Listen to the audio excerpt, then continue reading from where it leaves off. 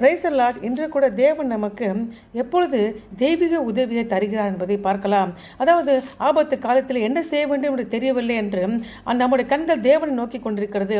அப்போ சங்கீதம் 50 சொல்லுகிறது, ஆபத்து காலத்தை என்னை நோக்கி கூப்பிடு, நான் உண்மை விடுவிப்பேன். அப்படி விடுவிக்கும்போது நாம் என்ன செய்ய வேண்டும்? தேவனுடைய நாமத்தை மகிமைப்படுத்த வேண்டும். 2வது நெருக்கடியில் இயேசு கிறிஸ்து அப்படியாக சொல்றாரு, என்னோட நாமத்தின் நிமித்தமாக நாங்கள் சிறைச்சாலைக்கு ஒப்புக் கொடுக்கப்படுவீங்க, அதிகாரிக்கு முன்பாக நிறுத்தப்படுவீர்கள். அப்பொழுது என்ன உத்தரவு சொல்ல வேண்டும் என்று கவலைப்பட வேண்டாம். ஏனென்றால் உங்கள் விரோதிக்கிறவர்கள் ஒருவரும் எதிர்பேசவும் எதிர்த்திருக்கவும் கூடாத வாக்கையும் ஞானத்தையும் அவன் நமக்கு கொடுப்பேன் என்று வாக்கு கொடுக்கிறாரு. 3வது பிரார்த்தனை செய்யும் பொழுது கஷ்டமான நேரத்தில் எப்படி ஜெபிக்கிறது தெரியல என்று சொல்லும் பொழுது ஆவியாளர் நமது பலவீனம் நமக்கு உதவி செய்வார். நாம் ஏற்றபடி வேண்டுகொள்வது என்னதென்று அறியாதிருக்கிறபடி நான் ஆவியாளர் தாமே வாக்கு கடங்காத பெருமுழச்சோடு நமக்காக வேண்டுதல் செய்வார்.